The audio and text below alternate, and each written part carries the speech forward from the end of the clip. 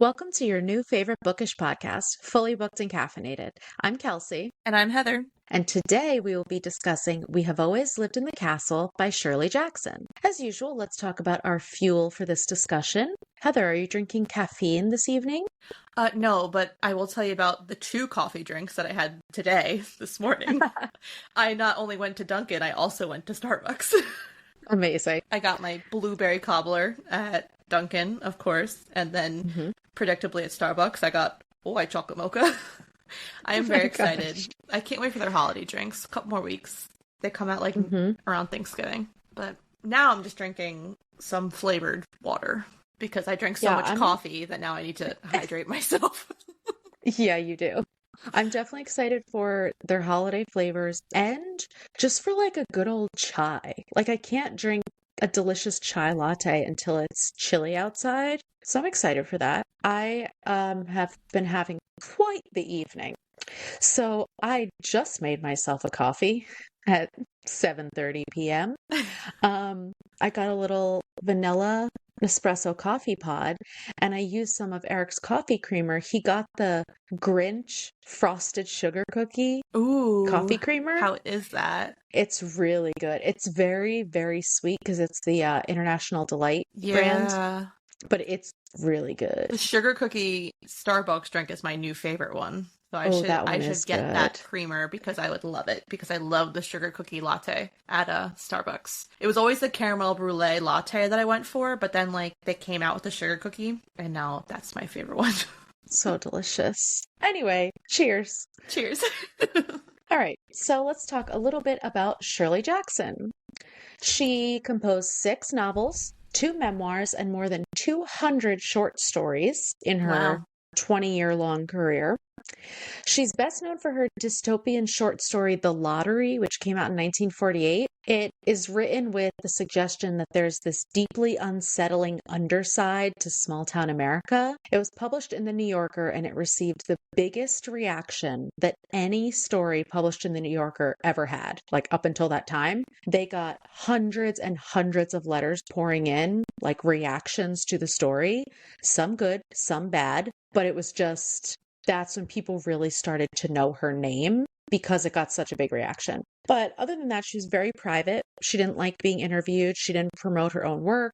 Her husband, Stanley, said she believed that her books would speak for her clearly enough over the years. And he was right because she's really well known well past her time. She's the author of Haunting of Hill House, which was also super successful when it first came out. And there's the Netflix Oh yeah. adaptation that's loosely based on that book, which was so popular. In one of the rare occasions that Jackson did write about her work, she wrote, I very much dislike writing about myself or my work, and when pressed for autobiographical material, can only give a bare chronological outline which contains, naturally, no pertinent facts. I was married in 1940 to Stanley Hyman, critic and numismatist, which is a specialist in coins. I looked it up. I thought it Interesting. was a made up word. But anyway, and we live in Vermont in a quiet, rural community with fine scenery and comfortably far away from city life. Our major exports are books and children, both of which we produce in abundance. Oh. The children are Lawrence, Joanne, Sarah, and Barry. My books include 3 novels and a collection of short stories. Life Among the Savages is a disrespectful memoir of my children. Wow, I She's a love her. savage. Yeah, she's a savage. So even by reading that, you could tell she's like very sassy and hmm sarcastic. And I saw that in a lot of articles that she was known for her wit. But she actually died in 1965 of heart failure in her sleep at her home in Vermont at the age of 48. Oh, that's so young. So young. That's so Even young. for the 60s. Like we're not talking like No, 1901. that's unfortunate. And there's also a film made about her titled Shirley, which starred Elizabeth Moss, which I had never heard of Oh, until I started looking into her. And it kind of portrays her unraveling. Apparently, she struggled with her mental health a lot, okay. and that's evidenced in a lot of her characters. Like people say that her different characters are like mirrored different aspects of her personality. So there's a lot of those things that come out even in this story, which we will talk about. So Today's book, We Have Always Lived in the Castle, is a Gothic mystery first published in September 1962, slightly before our time. Now, it is classified as horror, but of course, it's not what we typically think of as horror. It plays off of the implications of scary things happening and the sense of unease or dread that kind of flows through the whole book. So there's a few different summaries since this has been republished so many times. So I'm going with the most vague. Taking readers deep into a labyrinth of dark neuroses, We Have Always Lived in the Castle is a deliciously unsettling novel about a perverse, isolated, and possibly murderous family and the struggle that ensues when a cousin arrives at their estate. There you go. Is it vague enough? So vague. I didn't want to give the whole plot away because it's a pretty simple plot. So when I was looking into this story, everyone raves about the opening paragraph. Like, it says it's one of the best of all time, how it pulls you in from the very start. And I was like, okay, I need to go back and reread the first paragraph because I don't remember it off the top of my head, but let's see what they're talking about. So now I'm going to read it for you. Mm-hmm. My name is Mary Catherine Blackwood. I am 18 years old and I live with my sister Constance. I have often thought that with any luck at all, I could have been born a werewolf because the two middle fingers on both my hands are the same length. But I have had to be content with what I had. I dislike washing myself and dogs and noise. I like my sister Constance and Richard Plantagenet and Amanita phalloides, the death cup mushroom. Everyone else in my family is dead. What do you think of this opener? Now that you say that, I totally forgot about. I actually don't even remember. I remember the first two lines, her saying, "I'm Mary Catherine Blackwood and I live with Mr. Constance." Mm-hmm. Totally oversaw the werewolf middle finger thing. Yeah, me too. It's very quirky. Because werewolves never come back ever. No. I think it's a really good setup because it immediately puts into your head that Mary is odd. Mm-hmm. Possibly an unreliable narrator, and that the writing will be pretty straightforward because it's in her first-person narrative. Mm-hmm. All right, so let's get into a quick summary of the plot. It's not a very complicated one, and then we'll dive into the symbolism because there's a lot of that. And then we'll discuss the movie adaptation. So, as Mary Catherine told us, she's 18. She lives in the Blackwood house with her older sister Constance, who's 28, and their sick Uncle Julian. The three of them are the only ones remaining out of the family due to a murder plot where the entire family was poisoned. Constance was blamed for the murders because she did all the cooking, but was ultimately acquitted in court. Uncle Julian was present and was poisoned, but he survived. Mm-hmm. So because of Julian's sickness and Constance's, oh, that's a hard one. Because the guilt Constance has, there you go. Make it passive. It's morphed into agoraphobia. Mm-hmm. So she's never able to leave the house grounds, and Julian doesn't leave because he's sick. So Julian is writing a book about the murders, but he doesn't know all the details. So he just intends to make up what he doesn't know, mm-hmm. which I love. Yeah, I mean, it's so good. And it's all he talks about, nonstop.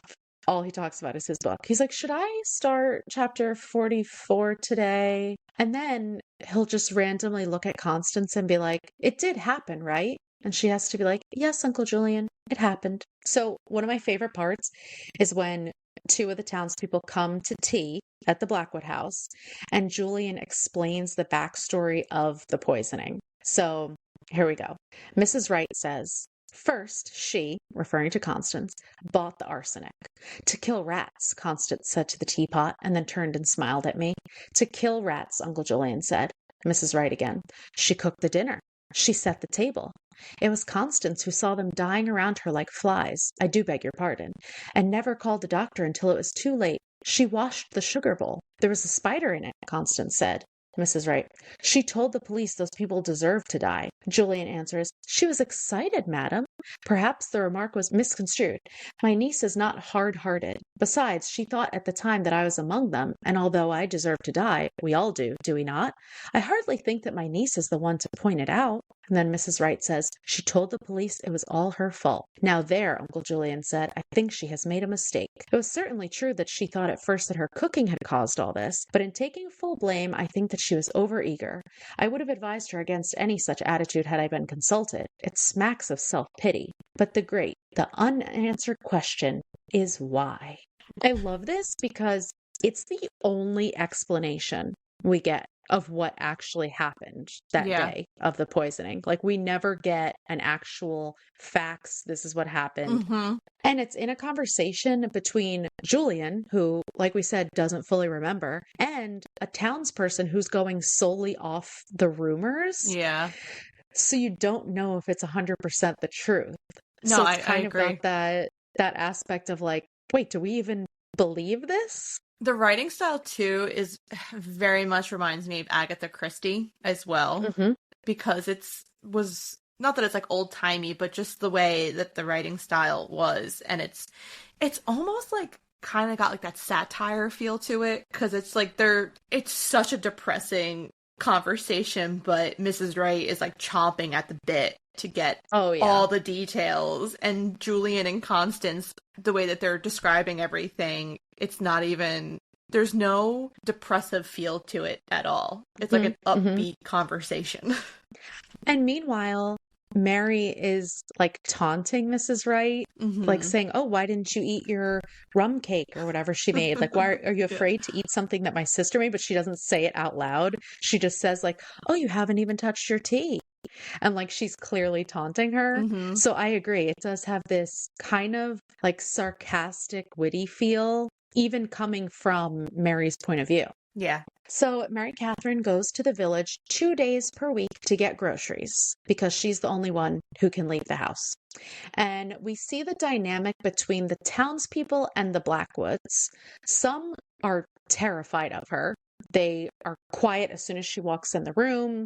They won't even look her in the eye. Some of them taunt her, especially the men and the young boys. And Mary Catherine is terrified, but also angry the whole time, every time. She says, I wish you were all dead, I thought, and longed to say it out loud. Constance said, never let them see that you care. And if you pay any attention, they'll only get worse. And probably it was true. But I wish they were dead. I was never sorry when I had thoughts like this. I only wished they would come true. So all through the story, Mary Catherine has these very dark thoughts about wishing people were dead. Yeah, she's very dark. She is. Just like all the time. You could just tell immediately that the only person she likes on the planet is Constance and the cat. Jonas. Oh, absolutely. She even has these little conversations like, I should be nicer to Uncle Julian. I should make a better effort. So then we get the big plot point.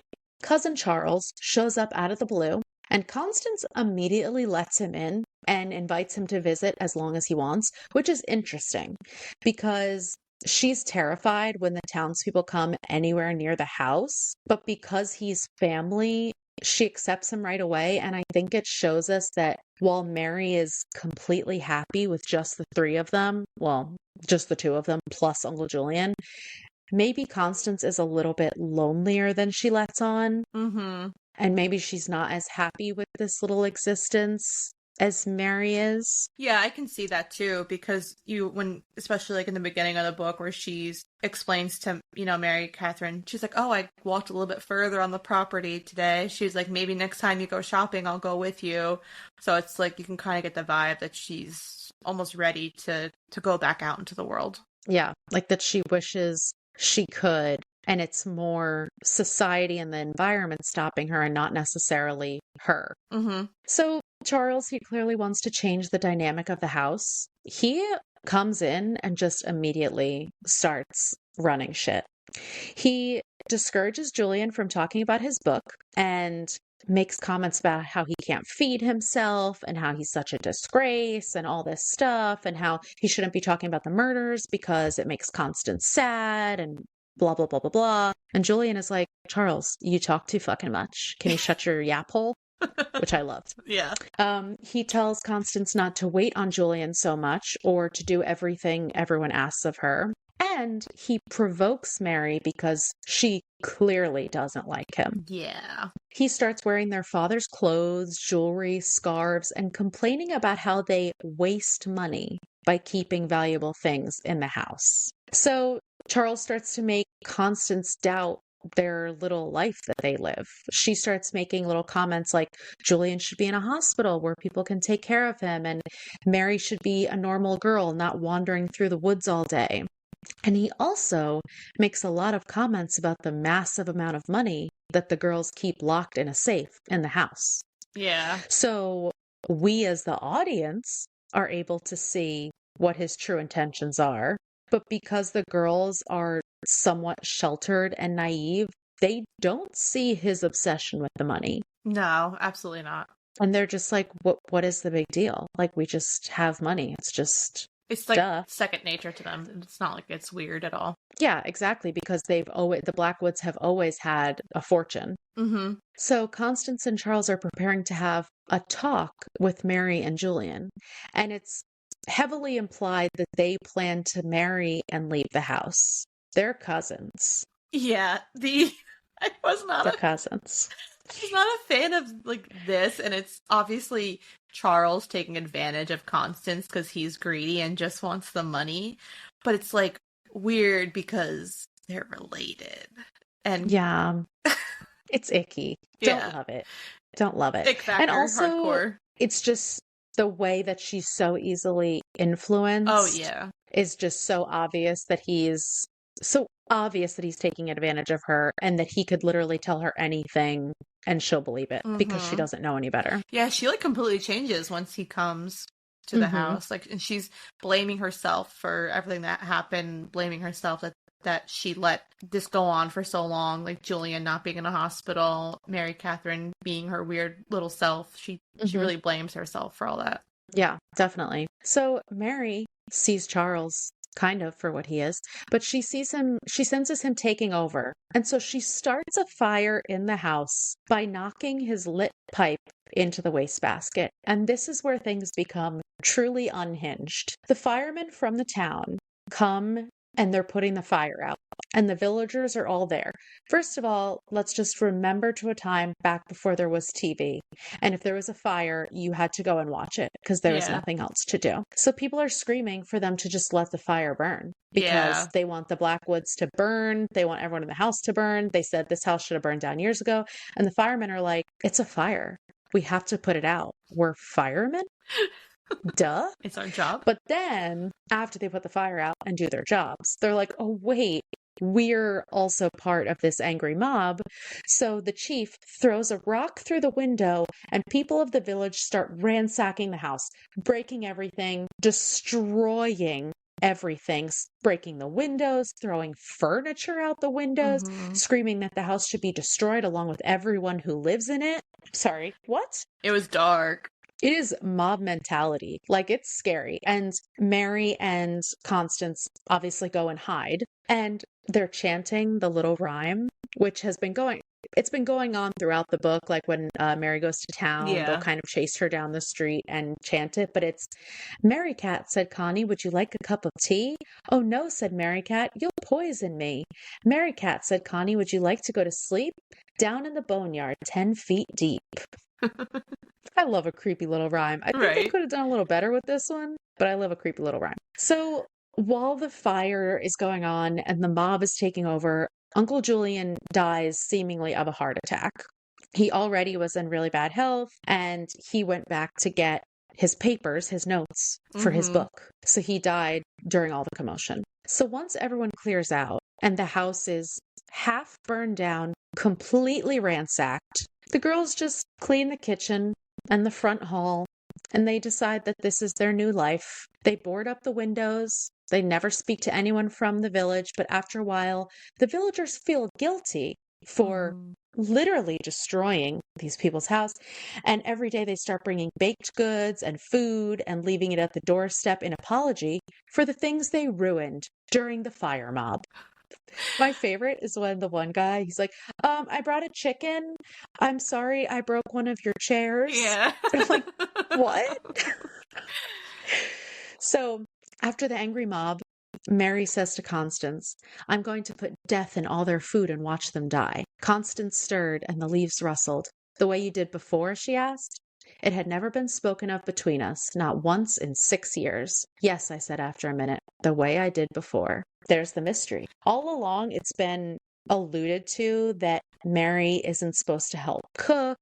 She can't touch knives. She can't touch anything in the kitchen. She can't go in Julian's room. She won't eat in front of others. And like we said, she has these constant murderous thoughts.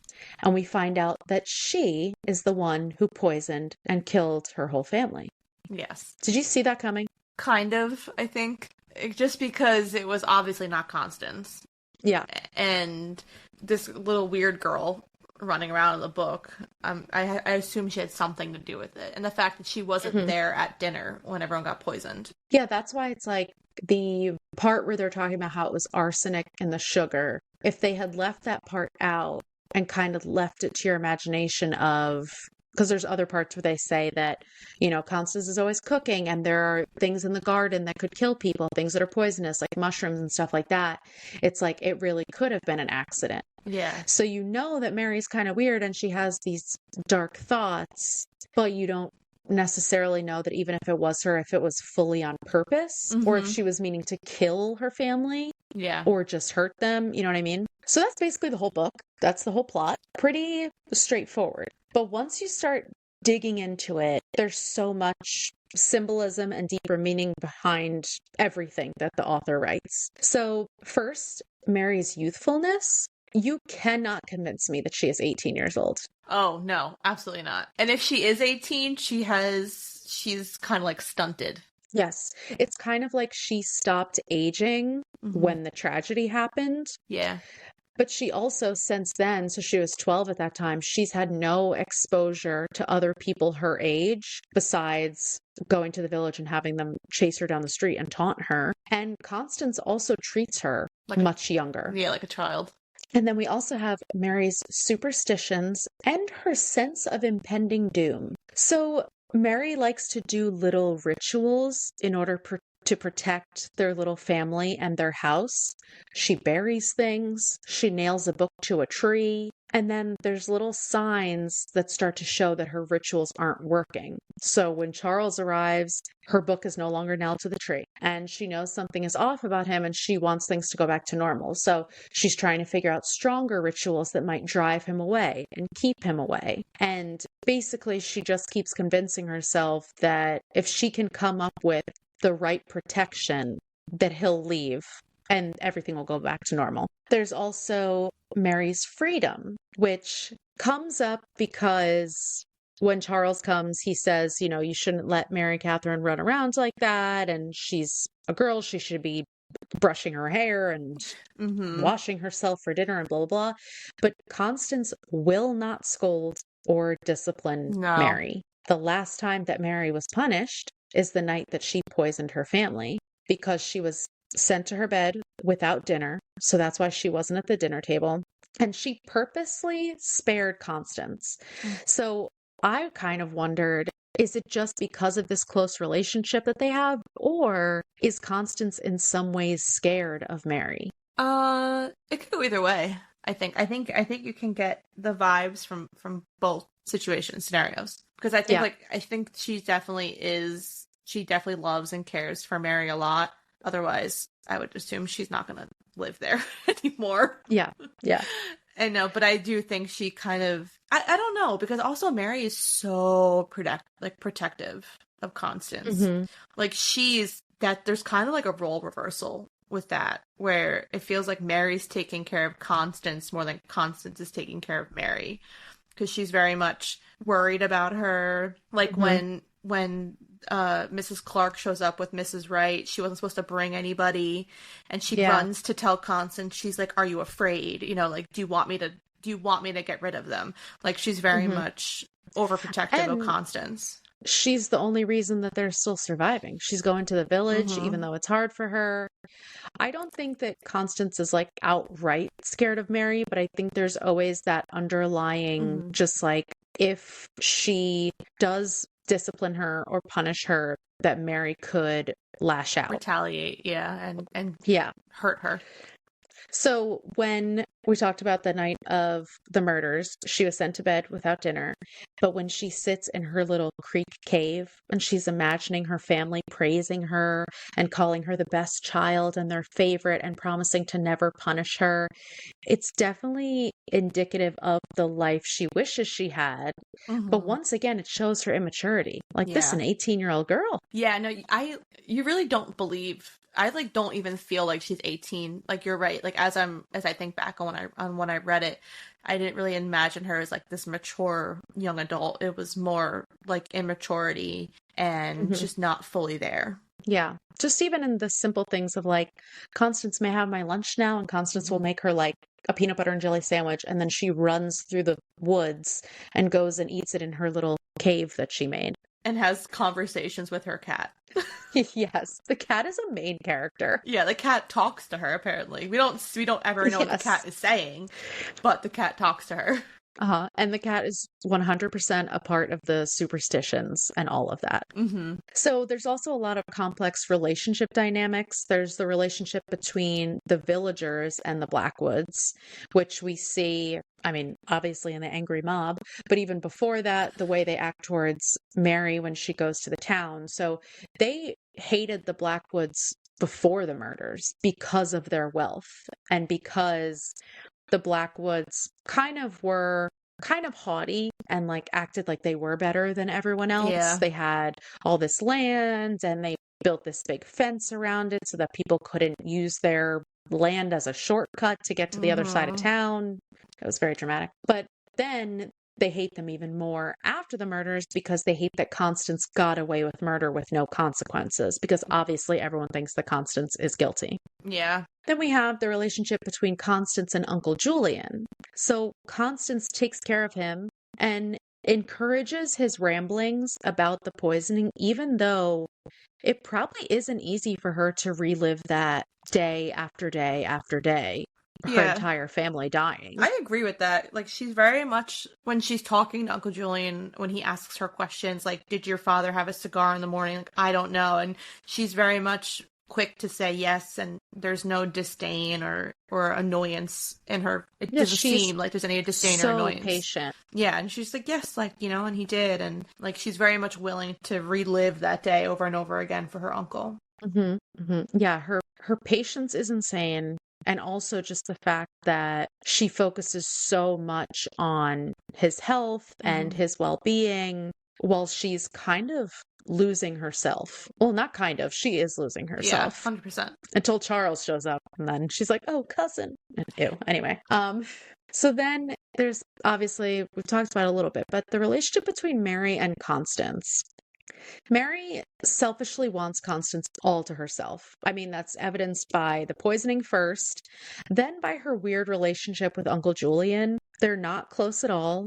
She always tells herself she should be nicer to him. She did poison him, after all. He just didn't die. And at the end, she's so happy because it's finally just the two of them. And it's kind of fucked up when you think of, like, Constance was so close to having this out with Charles, whether it was fake or not. I mean, it wasn't fake. It was under a ruse because he did want the fortune and everything, but I believe that he really was going to marry her and take her away. You know what I mean? And at the end, Mary's like, look, we got everything we ever wanted. And Constance is just like, I'm so happy, Mary. Yeah. And it's so depressing. And then that brings us to another weird dynamic, which is threaded throughout the entire story, the relationship between Mary and Constance and their dead family. And I didn't know fully what to make of this, but clearly they were not treated that well by their parents. Yeah. Constance alludes to it. Mary obviously killed them. But they have a sort of reverence for their parents. They keep all their things packed away in perfect order. They keep the house pristine, especially their mother's favorite room. They use all of her china, and they have the memories of, oh, this is when, mother got this. And just the way they talk about their parents is very much that they miss them and they respect them. But it's obviously more complicated than that. Yeah, and like they don't touch the mother's jewelry or anything, and it's like a weird dynamic. And it's like a very big deal when Constance mentions that maybe she should wear her mother's necklace. And that's when Mary is like, oh, hell no, something is wrong. Like we gotta figure out what's going on. So what did you make of Uncle Julian's rant that Mary died in the orphanage? I was almost like, I mean, to be honest, I was kind of confused by it because he lives in a house with her and Constance, but he's clearly so out of it. And his health is not great. And I don't know if it's because Mary doesn't really seem to be around him that much. It's only because she doesn't eat with him. Because she eats by herself. She doesn't like to eat in front of people. And so it makes you wonder, like, realistically, if he only sees Constance and doesn't really see Mary Catherine at all. Yeah, I saw a lot of people online saying that could mean that Mary's possibly a ghost or like an aspect of Constance's personality, but way too many people interacted with her, especially when she would go to the village and stuff. I think it might be that, like you said, he wasn't fully there. And I think in some ways he had to believe that she was dead because maybe in some way he knew that she did the poisoning, and how would he be okay with living with her in the house? Yeah, that's a good point too. If he knew that she had tried to kill him, you know? I also saw some fan theories that maybe Constance and Mary actually died during the fire. Interesting. Yeah, and it was just their ghosts living there. So anything else you want to talk about the book before we switch to the movie adaptation? No, I don't think so. I think we covered everything. Yeah. All right, so the movie adaptation. Movie came out in 2018. It has pretty big names in it. Tessa Farmiga, Alexandra Daddario, Crispin Glover of the movie Willard, which no one has seen. Okay. And Sebastian Stan. When I saw Sebastian Stan, I was like shocked because I had just watched him in the Tommy Lee TV series. Okay. He's got some range. He does. But it was a similar angry character. So this movie has an 88% on Rotten Tomatoes and a 72% audience score. What do you think about that? That the rating was so high? Yeah. Well, I thought it was actually a really well done movie. So okay, so go on. Please tell me what you thought of the movie. Well, the acting. I think that the casting was extremely spot on for all four characters. And I really liked that the movie kept a lot of the dialogue from the book. You know, like, because I think one of my favorite scenes in the movie was when they're all at the table. And it's just like this constant overlap of like Uncle Julian yelling at Charles to like, you know, I can't, and calling him like a bastard and, you know, apologizing to Constance for using such foul language.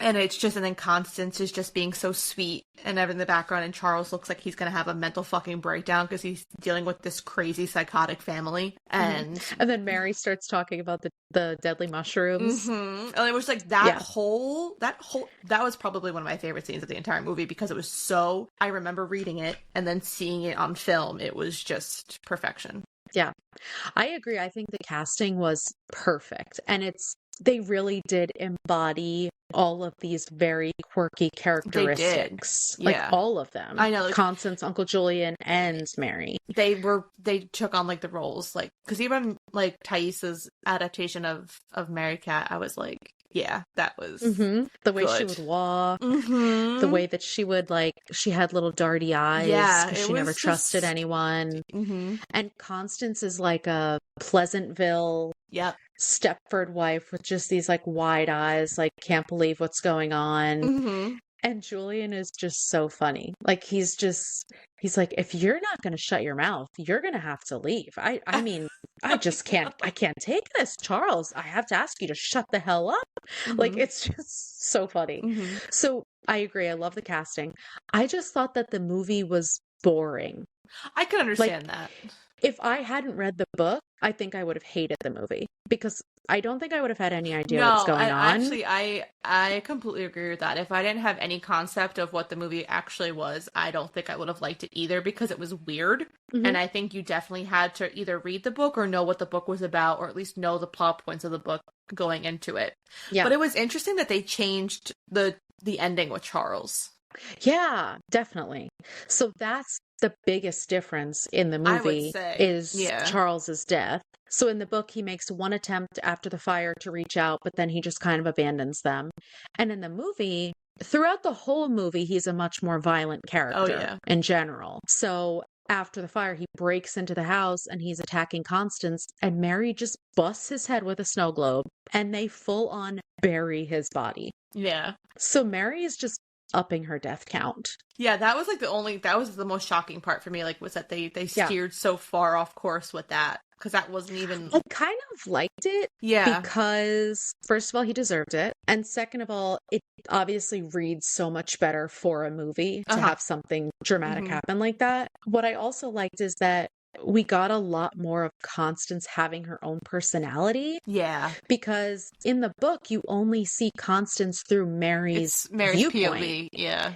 Yeah, but in the movie, she still has that, very naive, very servient attitude and personality, but you're able to see how Charles is manipulating her, and you're able to, you know what I mean? Like, you just see more of her as a whole person, as opposed to her just being kind of Mary's obsession. Yeah, I agree. The other part that I didn't really like in the movie, towards the end, after she starts the fire and Charles gets super violent with her and like chases her up the stairs, and then all of a sudden Mary's calling him father, and she's like, father, stop hurting me, like, don't. And so that was weird, but I'm like, okay, but I guess it's showing you, because there's no talk about the parents and how like abusive they were, because clearly that's why and I think that's clearly why she killed her parents too, because clearly the dad was abusing her, and probably Constance too. I missed that completely. Yeah, when they're running part. up the stairs, and then she's literally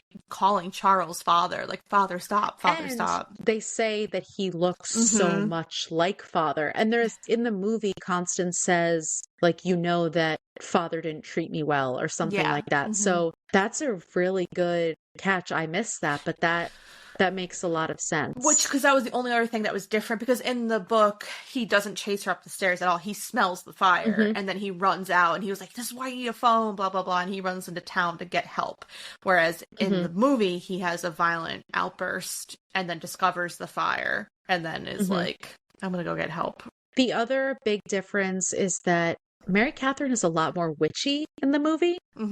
Like, instead of just burying random shit or having her little talismans, she's got a whole spell book.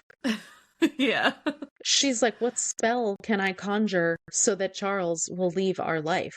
And I was like, okay. Which does make sense, because how else would you explain her weird burying things and superstitions and stuff? And in the book, she keeps calling him a demon or a ghost. Yes.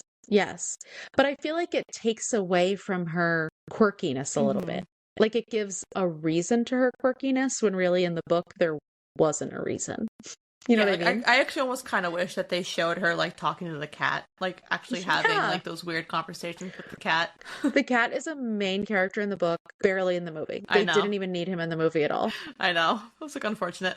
I liked how they started from the end. Like, they started in the burnt out house. Oh, yes. And then they show her taking the piece of paper, and she starts writing the opening paragraph. Yeah, it almost looked like she was going to take over the story writing for Uncle Julian. Yeah, because it was the stack of papers that were Julian's in the box. Yeah. I think, like, the end of the book, I feel, was super, super detailed after they go back into the house. And I feel like it was kind of brushed over in the movie. You know, the fact that Constance couldn't do anything. It was Mary Catherine that did everything. Whereas, like, in the movie, it kind of seemed like they both were. But in the book, it was Mary Catherine who made the border. It was Mary Catherine who was bolting the windows and everything. And she was very much, again, taking care of Constance. And I didn't really get that at the end of the movie. I didn't get that vibe. Yeah. And they also, which I understand why they added this, because it is a movie, but during the angry mob scene where they get Constance and Mary Catherine, and they're like throwing them around in this circle and like taunting them, and they throw her on the ground and she's trying to hide herself. Whereas in the book, they just go and hide while everything is going on. No, there's a part in the book where they keep cornering them when they're trying to run away. Yes, they do see them, and Constance is covering her face with the shawl because she says, like, I had Uncle Julian's shawl, but I don't remember them, like, getting her into a freaking mosh pit. No, definitely not that, but they were definitely taunting them and making it hard for them to escape into the forest. Yeah. They were trying to, like, keep them there, and then eventually they did get away. Yeah, which is also how they knew that they were still alive, because otherwise they would think that they just burned up in the house. Exactly. But they know that they're still there because they're dropping off the food and, you know. It was just in both the book and the movie that once the doctor comes out and says that Julian is dead, there's like an instant like feeling of like remorse and regret for what the people did. And it's like, okay, but you hated them. So why is the death of Julian now causing you to flip and feel bad and bring food and everything when you wanted to run them out anyways? The fact that they immediately stopped rioting when they found out that he had died. So, like, it's okay for you guys to act a fool when there's living people there. Yeah. But if someone died, all of a sudden you need to act like normal human beings. I know. It's like a complete shift from the beginning to the end of the novel with how the townspeople treat the family. Because in the beginning, they very much wish they would leave town. And they ruin what's left of their property. And then they feel remorse for it. When in the beginning of the novel, you feel like that you wouldn't expect them to have that remorse. But they still have that piece of caring what other people think, because they say when they would come to the door, they would whisper at the door, or they would take turns dropping things off. And they basically allude to the fact that people didn't want to be seen dropping off food. No, it was definitely like a secretive thing, but it's just it's just ironic how they were so afraid of that family and hated them. And now here they are kind of helping them in the end. Which was another difference in the movie, because in the book, the girls took all the food and they ate it. Yeah. And then it was so cute that Constance was like, no, I have to wash the dish. What will they think of me if I don't wash the dish? But then in the book, in the movie, they just let all of the food pile up and people just keep bringing it. I'm like, if you bring a pie and they didn't take that pie, don't bring another pie. I know. But it was a wasted pie. I don't know. Also, I just question how, if there's a fire in the house, how things still work. Yeah, this is a very weird, because the entire second floor was completely gone. And then all they had was the kitchen and the front hall. And they just... But everything, like, they were still able to, like, use the oven and cook. And I'm like, okay. Yeah, I'm not sure. Yeah. I'm not sure of the logistics. Maybe they were ghosts. I don't know. But they weren't, because they were eating the pies. That's what I'm saying. No, they were definitely alive. It was just like which, I mean, obviously it's not a real story, so it is what it is. You're allowed to be a little, it's fiction, clearly. But I was just like, if there was a fire, it should have destroyed at least the electricity or whatever. But all right. Yeah. It's funny how their mansion turned into their tiny little bubble, just big enough for the two of them, which is exactly what Mary Catherine always wanted. Yeah, it was kind of like almost her wish came true. Yeah, so happy ending for Mary Catherine. Poor Constance didn't get to run away with her cousin, but, well, that's bittersweet. Oh my God, I know. Ready to get to the ratings? Yes. Okay, so our rating scale is spoonfuls of sugar. Oh, that's very on brand. How many spoonfuls of sugar are you giving this book? 3 spoonfuls of sugar. 3 spoonfuls of sugar. Okay. Yeah. I don't know. I didn't hate it, but I didn't love it. And I don't know if it's because I'm jaded by Agatha Christie and like how she writes thriller novels, and because like even like the style of how it was written, that didn't bother me. Like I was like, I'm used to reading things like that, but just some of it, it was very descriptive in some parts to the point that I was like, I'm bored. I was bored a couple times. Yeah. So, and I think I went into Which is crazy because it's a short book. I know. And I think I also went into this thinking it was going to be a horror novel. And it wasn't. It was definitely a gothic novel, but I wasn't. I was expecting more of like a horror feel, and it was kind of, and I think after watching, I mean, I know that The Haunting of Hill House book is different than the show, but seeing how they made the show, I kind of went into it expecting a more creepier vibe in this book. Mm-hmm. Even with the cover, like the new cover that they have, it's a creepy cover. So I'm Yeah. like, oh, okay, like this is going to be like good. And I was like, no, this isn't really creepy at all. It's just this weird girl who's just has goofy tendencies and is obsessed with her sister. I agree with that. I think if I'm rating it as a horror novel, it's super, super low. But I also am giving it 3 spoonfuls of sugar, possibly containing arsenic. I like the suspense that it's kind of built on. You never know what Mary's going to get up to with her murderous thoughts or what the townspeople are going to do when they see her. And there's a quote from the afterword in the version that I read by Jonathan Lethem, which kind of describes like the obscure horror that we get here. So he says, the relentless, undeniable core of Jackson's writing conveys a vast intimacy with everyday evil, with the pathological undertones of prosaic human configurations, a village, a family, a self. She disinterred the wickedness in normality, cataloging the ways conformity and repression tip into psychosis, persecution, and paranoia, into cruelty and its masochistic, injury-cherishing twin.